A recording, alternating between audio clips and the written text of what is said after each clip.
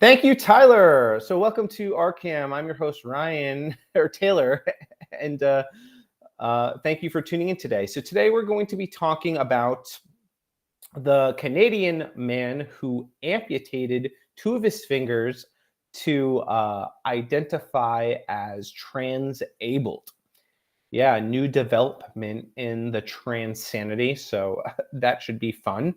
We'll also be talking about some of the insane, I guess, or not insane, maybe some of the wild comments that Republicans are making and disappointing pro-lifers as usual when it comes to some of the abortion law that was passed in Arizona and Trump's recent comments. So we'll talk a little bit like that, a little bit about that. And then we're also going to be talking about, maybe if we have time and my voice doesn't give out because it's been doing this lately, we'll be talking about the former OnlyFans prostitute and what she's and some of the controversy that's surrounding her. Again, as always, this is a reoccurring theme, and Pearl Davis is spearheading it. So we'll be talking, if we have time, we'll be talking about that today too. Yeah, Taylor writes, almost at 100 followers. I am almost at 100 followers, which is why, if you're watching this, you should like, follow, click that notification bell, do all of the things. Help me cross that threshold because I am so close. I am so close. So that's really exciting. And it's been organic, which I really appreciate. Yeah, I look forward to hitting 100. And I'm about to close in on 3,000 on my my X. So that's cool. Yeah. So some milestones coming up, so that's pretty exciting. All right. So the trans stuff is taking a turn for the worse, and sad to say, but kind of predictable. Because if you can change your gender, then, and that's an immutable characteristic, why can't you change other things? Why can't you change your age? Why can't you change your race? Why can't you change your disability status? Why can't you if you can identify as whatever you feel like identifying as? What is to stop you from identifying as somebody that doesn't have any limbs because you want to be disabled? Well, in Canada, nothing is stopping you. You can identify as being trans disabled. In Canada, that dystopian hellscape will help you get there. So let's read this story. This is from the Publica, and the headline reads, Canadian man has two healthy fingers amputated because he identifies as disabled. A case report out of Quebec has revealed that a 20-year-old man had surgeons amputate two perfectly healthy fingers in order to alleviate his distress from a condition known as body integrity dysphoria. According to the report, which was written by Dr. Nadia Nadeau of the Department of Psychiatry at the University of Laval, the man presented with profound distress over his left hand's fourth and fifth fingers and had sought elective amputation after non-invasive treatments proved unsuccessful. So here it is. So you're going to hear us talk about the slippery slope here. We're going to say, hey, by doing this, eventually, people are going to be cutting off, entire limbs, and this is going to lay the groundwork for more people adopting this. And then one day you're going to wake up and you're going to see somebody is missing a limb, and it's because they voluntarily had their arm chopped off because they wanted to identify as armless. Or you're going to see somebody with a hole in their head and a unicorn horn out of it because they want to identify as a unicorn. I'm not being hyperbolic either. This is what this insanity ultimately leads to. And if we don't try to get ahead of it now, yeah, it will without a doubt be normalized. It is literally the same argument as transgenderism. And they're amputating parts of trans people. So actually, technically, transgenders are also trans disabled because they are literally cutting their genitalia off and having wounds made. Riddle me that. So it's no surprise when we have people like this, and doctors like, there's nothing more we can do for him. The only course of treatment is to remove your finger, sir. Like, how insane is that? So something's going on in his head, and you think, oh, well, the only rational thing left to do is give him what he wants and chop off his fingers. But I guess it's not really surprised when Canada kills people for being depressed or being in poverty or having some sort of mental health disorder. Yeah, of course they would do something like this. And it's just wild how we got here. It's wild that this is even an article that has to be written. And it's scary. There are people, I saw one case of a woman who wanted to be blind, and she poured bleach in her eyes so that she could be blind. Eventually, you have people that want this and then have doctors removing their eyeballs. Medicine has taken a serious turn for the worse. It really has. It's disturbing. I was talking about in my stream the other day about how with the euthanasia thing that these doctors have taken an oath to do no harm, yet they are directly harming people. They are directly cutting people's fingers off. Man, that's scary. It's really, really scary. While the man was initially subjected to, oh wait, hold on a second. Let me back up. All right. According to the case report, the man who worked in construction recognized his fingers were healthy, but believed they should not belong to his body, a feeling present since childhood. The man claimed he was traumatized by their existence and went so far to obscure them on a daily basis, hiding them from keeping them curled in his palm. He frequently fantasized about amputating them using the equipment he had access to at the sawmill he was employed at. While the man was initially subjected to non-invasive treatments, including cognitive behavioral therapy, antidepressants, and exposure therapy, he only continued to become more insistent about the amputation of his finger. According to Dr. Nadeau, the man compared his condition to gender dysphoria. Wouldn't you know it? They laid the groundwork for him to actually move forward with this insane procedure.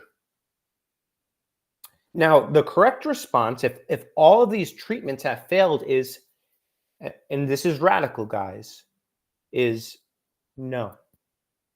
You're a psycho. We are not chopping off your fingers. And if he persists, then it's an appropriate time to put this person in a mental ward until he stops insisting on this.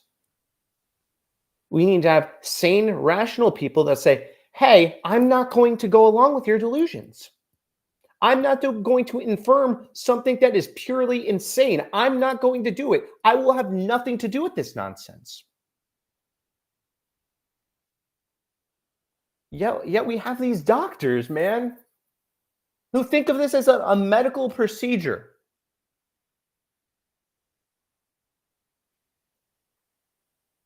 And what happens if more parts of his body he starts being uncomfortable with? How far are they willing to go? Would they chop off all of his limbs? And then he's bound to a bed, and then you know what they'd be like, you know what? When he starts getting depressed about it, they'd be like, you know what we'll do? We'll just kill you. That'll be the most effective treatment.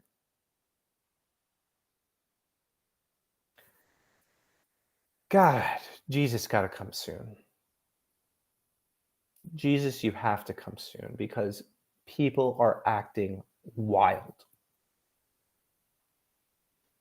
And we have medical professionals, man. That's what makes me the most, because I have sympathy for this guy. I do. I couldn't imagine waking up one day and being horrified that my fingers are there. Um, that seems pretty quite unpleasant. But man, you would expect better from medical professionals. And this is one of those things where I'm really grateful COVID happened, because it opened our eyes to the pure insanity that's going on in the medical industry. And then, transgenderism has made that infinitely worse. Bozo Priester writes, then there was that woman who blinded herself. Yeah, I talked about her just a little while ago. Yeah, she poured chemicals in her eyes and blinded herself because she wanted to identify as blind. Madness. And now we've opened the door to have medical professionals facilitating this insanity. No, it's all good, man. We have doctors going along with it instead of just saying no. We're not going to do it. I don't care if you cry. I don't care if you're lying. We're not doing it. And if it's ever going to be done, it should be done at their own hands. And if they do it by their own hands, then they should be thrown in a mental ward. But suddenly it's okay because doctors are doing it? No, they should be going to jail. Man, if I had a friend come to me and say, "Hey man, I'm really struggling with my fingers. Can you help chop them off?" And I was caught doing that, I would be arrested. I would be going to jail. But yet, if you call yourself a doctor, you can get away with it. Same argument I was making with the euthanasia thing. We sanitize the evil that's being done. But if we're happening in any other context, no one would bat an eye about it, or no one's batting an eye about it, or people would be really bothered by it. And it just baffles my mind that we're in such a dark place. And this is why it's important that churches start taking their faith seriously.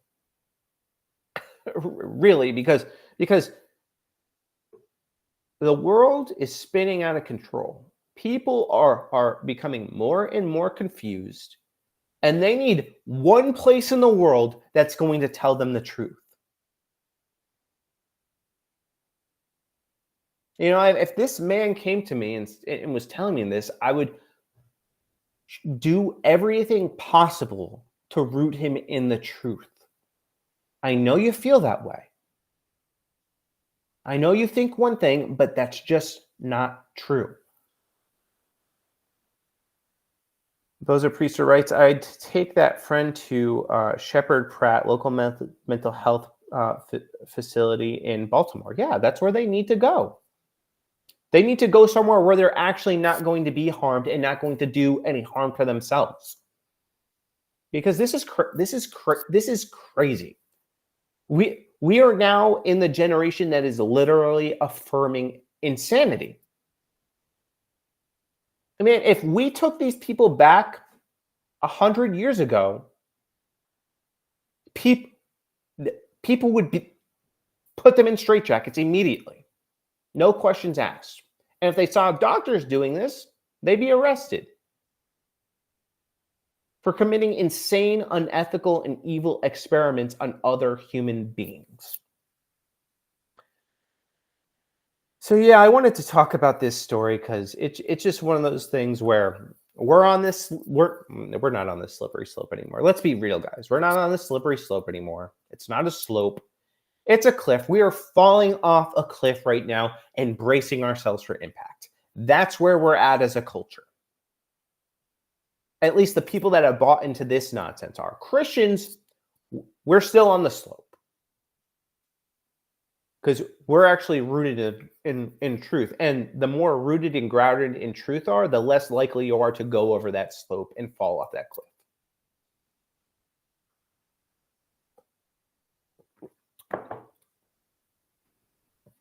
I just, sometimes I'm flabbergasted at the things that we are allowing as a society. You know, too, another thing I think about is like we see like transgenders and they have like beards and they're putting breasts on themselves. If you like go back to the 90s, those you remember seeing those like weird tabloids when you're like exiting a supermarket where it's like the advertising the freak show. Like these people would be featured in those magazines. But now some of those same people, like Rachel Levine, are the Secretary of Health of in the United States. Where you go back to the 90s and she would have been in some sort of freak show carnival. Oh my God.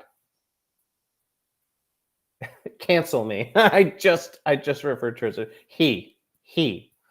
All right. We got to change topics because I'm literally just getting really angry. All right. This isn't going to help. All right. So Trump promises abortion rights will be decided by the states if reelected, sidestepping national ban. I'm not going to play this video because I'm sure most of you have seen it, by the way. I'm just going to read some of the highlights. Former President Donald Trump declined to endorse a national abortion ban Monday, instead saying that laws regulating the procedure should be left to the states. Big fail, in my opinion, although it does not surprise me with Trump. This is what I come to expect from Republicans. Unfortunately, it's a sad reality, but it's the truth. And Trump will always be the guy that does what's going to win him votes and not what needs to be done. And unfortunately, it's disappointing. But he says, my view is now that we have abortion where everyone wanted it from a legal standpoint, that the states determine by vote or legislation, or perhaps both, and whatever they decide must be the law of the land. In this case, the law of the state, Trump said in a video. Now, it'd be at least a little bit forgivable if he actually meant what he was saying here. But we'll go over some comments he recently made where I know he doesn't mean what he's saying here. He's just lying. He's just being dishonest. The 45th president did not specify after how many weeks of pregnancy he believes abortion should be banned. Of course, he's going to keep that vague.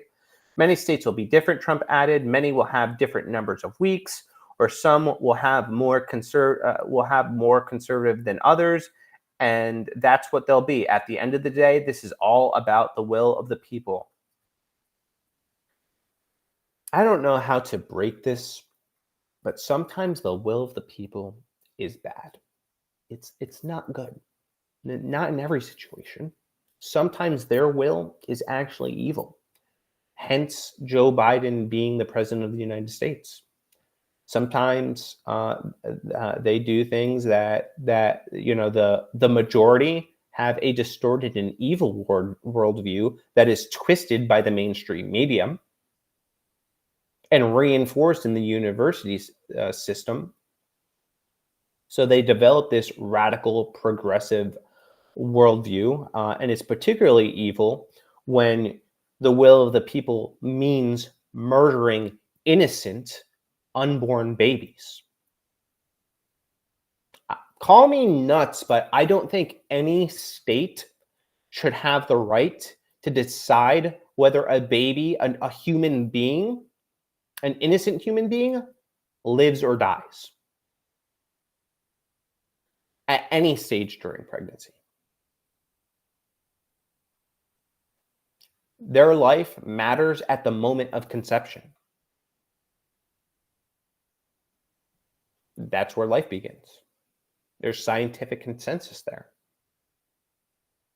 It's the most basic line to draw. Yet Republicans are too afraid to draw it because they're afraid they're going to lose votes. We're going to lose the moderates. We're going to lose, some of the progressive votes. Progressives aren't going to vote for you anyway.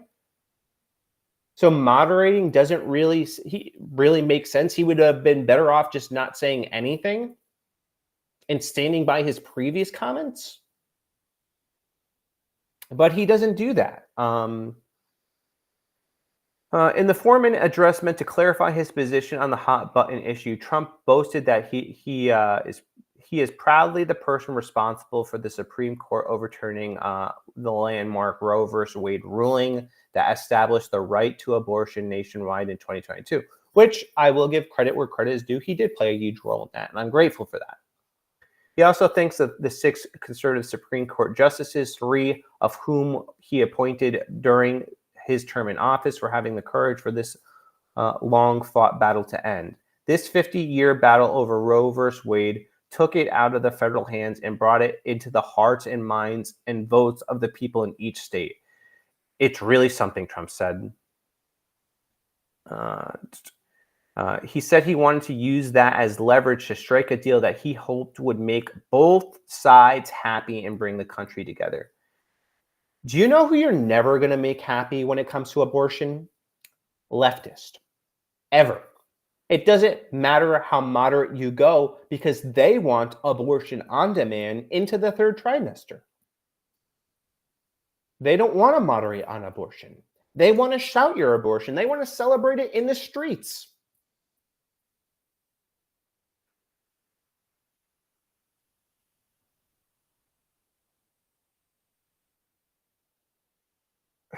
Cly writes, okay, at first couldn't see the title of the video on X, but my gosh, this is wild.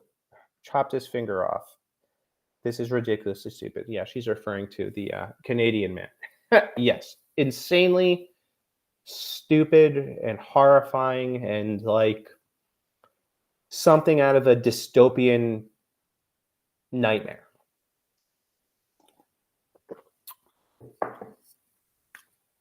Then Trump goes on to say, well, he does say this, that's exactly what it is. The baby is born, the baby is executed after birth. Trump claims it's unacceptable, and almost everyone agrees with that. Yeah, it is execution in the 3rd trimester. It's also execution in the 2nd trimester and 1st trimester. It's execution at every stage during the pregnancy. I wish one of them would just have the courage to say out loud that life begins at conception. And that it is always wrong to murder another human being. You know, like common sense tells you it's always wrong to murder a human being. But none of them have the courage to do that. Trump also reiterated his previously stated support for abortion bans in the cases of incest, rape, and when the life of the mother is in danger, and backed the availability of IVF in every state in America. And this is where I actually think he's being the most extreme right now. How does the value of the baby change in these circumstances? It doesn't. Their intrinsic value doesn't change regardless of the circumstances of their conception. It doesn't. If they were conceived in incest, they still have inherent value. If they were conceived in rape, they still have inherent value. And what we should be doing, instead of executing the babies, is executing the rapist. Radical thought, I know, but kill the person that's doing the horrific crime. Don't punish and execute the innocent baby. Their life matters. They shouldn't pay for the crime committed by their father. It's not their fault. They had nothing to do with it. And it's still insane to me that Republicans are making this argument.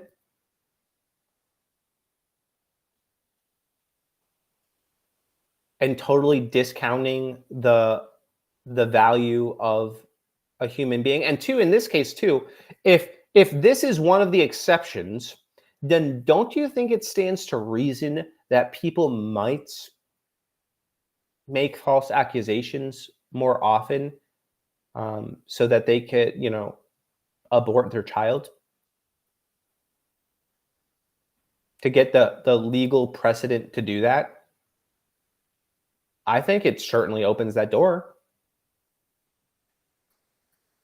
Like the overwhelming majority of Americans, including the vast majority of Republican, conservatives, Christians, and pro-life Americans. So here's where he's wrong. I strongly support the availability of IVF for couples who are trying to have a precious baby. What could be more beautiful and better than that? Adoption is more beautiful and better than that. I don't know. I have a hard time thinking it's beautiful when two gay men rent another woman's womb to have a child and then be deprived of a mother. Now, I have a hard time with that. Bozo Priester writes, but adoption would certainly be better than abortion. Yeah, read my mind, man. Taylor writes, what is IVF? In vitro fertilization. So it's when they take a fertilized egg from a mother and insert it into either her womb or another person's womb. And it's them essentially playing God and recklessly discarding those fertilized eggs, if they have defects or anything like that. It's not a good practice. And before I have, this is something I actually changed my mind on. After I had a better understanding of what IVF was. If you want an understanding of what IVF is, I recommend watching the Dave Rubin interview with Jordan Peterson. It's like one of the first episodes Jordan Peterson does with the Daily Wire. And it radicalized me against IVF and against surrogacy. He explains exactly what they had to do, and I did not leave sympathetic toward him. I felt terrible for those children.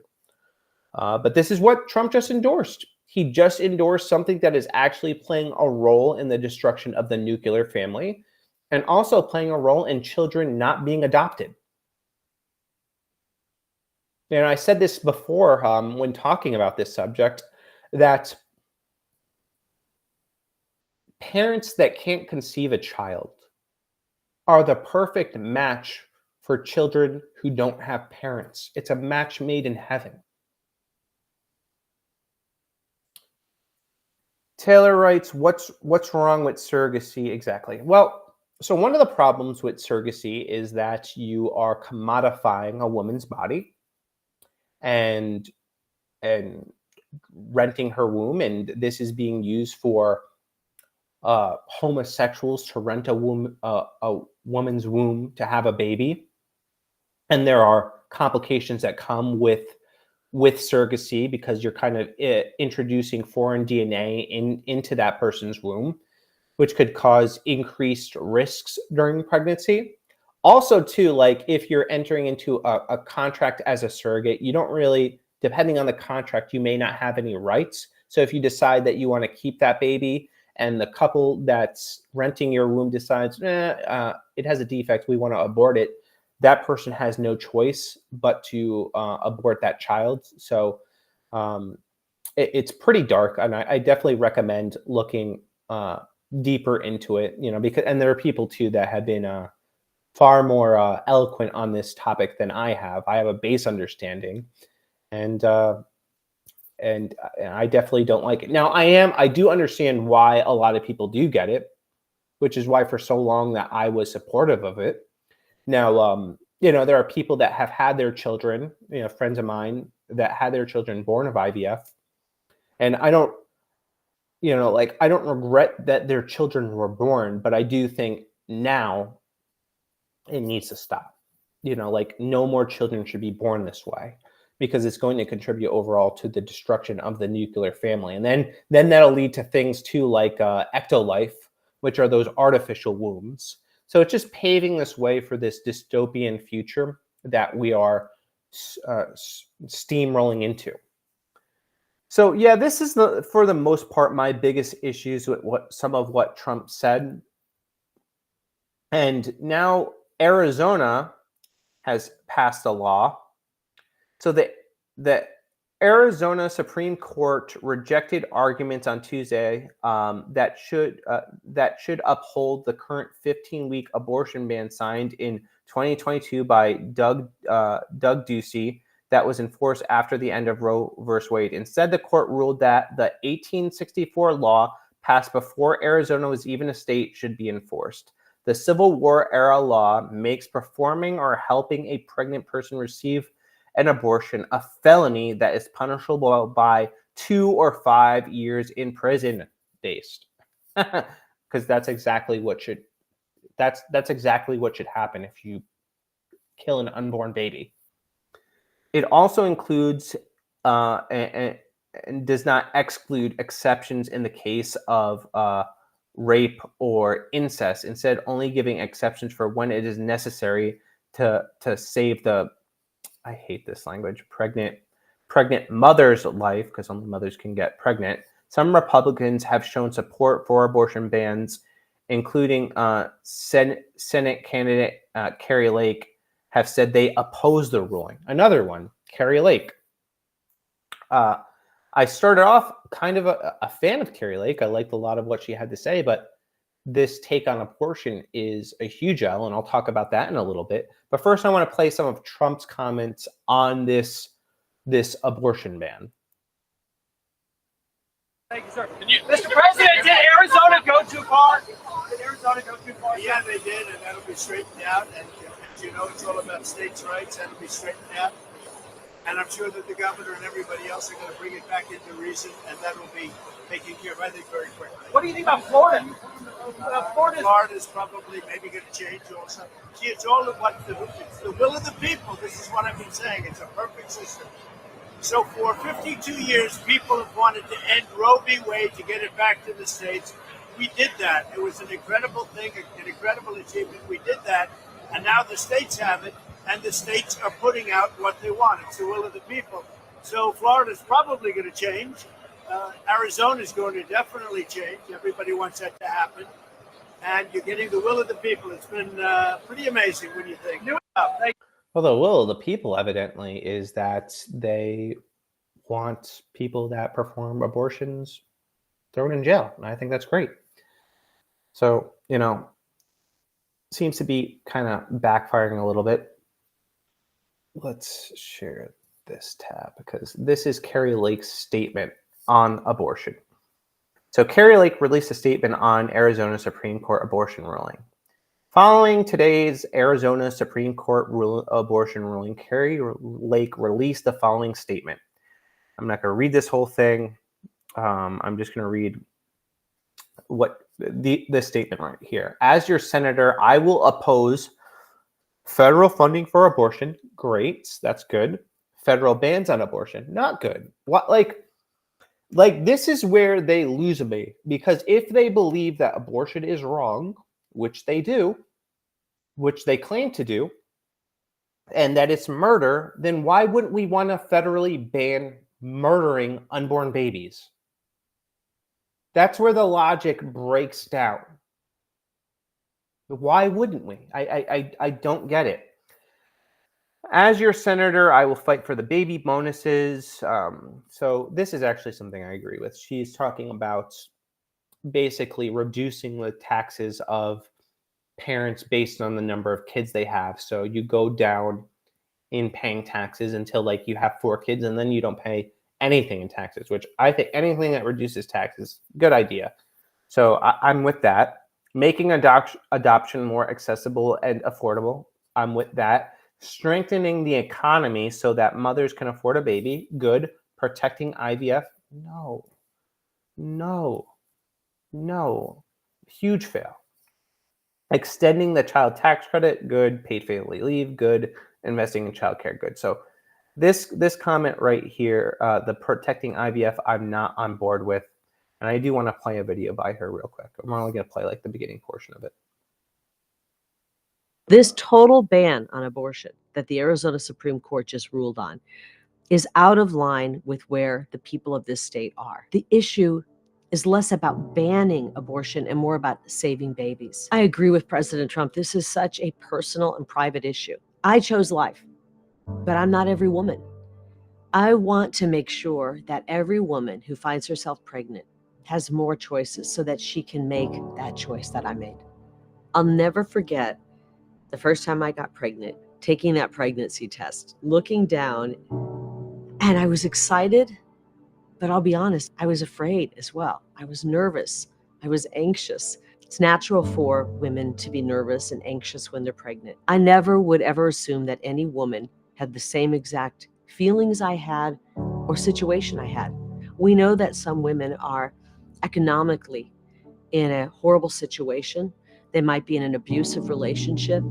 They might be the victim of rape. I agree with President Trump. We must have exceptions for rape, incest, and the life of a mother. So she just came out basically as being pro-choice. So she thinks it's out of line to ban abortion, and that she talks about that she wants women to have more choices. Well, what choices are we talking about exactly? Are we talking about more options on how to murder babies? Expanding those choices if they're in dire circumstances? Which is what it sounds like to me. Maybe I'm wrong, but that's what it sounds like to me. And it's more of this adoption of leftist language that I don't like. This is the kind of same way that they talk. We want to give women more choices. I'm not, and you hear this all the time. I'm not for abortion. I'm just pro women having the right to choose. I'm not. If that choice is murder, I'm not okay with that. I think it's sick and wrong. And I think we need to get serious, especially Christians, and call these people to task on it. You know, there are people, that are willing to get arrested, willing to go to jail to protest abortion clinics. Yet we have a lot of Christians that feel the same way, that are unwilling to even say anything about it, unwilling to use their voices because it might not be popular or because they're afraid of winning elections. You know, we don't have our leadership using clear language. You know, Trump, during his initial speech, talked about abortion rights. Abortion rights? What? Murder rights? Is that what that's what you're talking about? That's adopting leftist language. It should not be part of our vocabulary. We need to speak plainly and clearly about what abortion is. And I am convinced people will change their mind if people understand what's actually happening. If they understand that a human life is a human life at all stages of pregnancy. If they understand that when an abortion happens, they are directly ending another human being's life. But we don't hear them making these arguments. We don't hear them making the case for babies that were born as a result of incest or rape, that are glad to be alive. Why are they never given a voice? Why are their stories never told? No, it's always these extreme examples, which, by the way, don't make up most of abortions, and Republicans retreating and acquiescing and losing ground. And we need to adopt an abolitionist mindset. that we will not stop, we will not rest, we will not let go, we will not stop using our voice to speak out against this grave evil because until it comes to an end. It's barbaric. And it will go down in history as one of the great stains on our nation, and not just our nation, but the world. That we allowed child sacrifice at a level unrivaled in any other point in human history. I don't want that to be our legacy. And I'm under the persuasion that I will not vote for a candidate that is not radically pro-life. I'm not telling anybody how to vote. That's just where I stand. And right now I'm at a place where if we're unwilling to stand up for the least of these, if we're unwilling to stand for those who can't stand for themselves, if we are willing to compromise on what abortion even is to win votes, I don't know if we deserve to win, you know? Like I believe we deserve God's judgment if that's the type of people that we're going to be. And right now we need to be praying for leadership, bold men and women of God who are willing to be abolitionists, who are willing to campaign on saving the lives of babies, fighting tooth and nail for those who can't fight for themselves. That's what I hope to see. That's what I want to happen. And maybe a pipe dream, but that's going to be my stance. I know it's unpopular. I know it's the minority position. And I'm also not saying too that like if there's an, like we don't take wins when we can get them. But it doesn't mean that we abandon abolition as a principle, which I feel like is what Trump and Lake are doing. They could have just said, they could have just kept the same positions they've always had. But no, they started to include these exceptions for extreme cases to appease the moderates, to win over votes. And it's really disappointing. All right. I think that's going to do it for me, guys. I don't have time to kind of get into the whole Nala saga, but maybe I'll talk about that a little bit tomorrow. Anyway, I appreciate you guys. Thank you for tuning in. If you like this stream, please like, subscribe, follow. I'm so close to hitting 100 followers on Rumble. That would be great. Yeah, I appreciate you guys. Have a blessed night.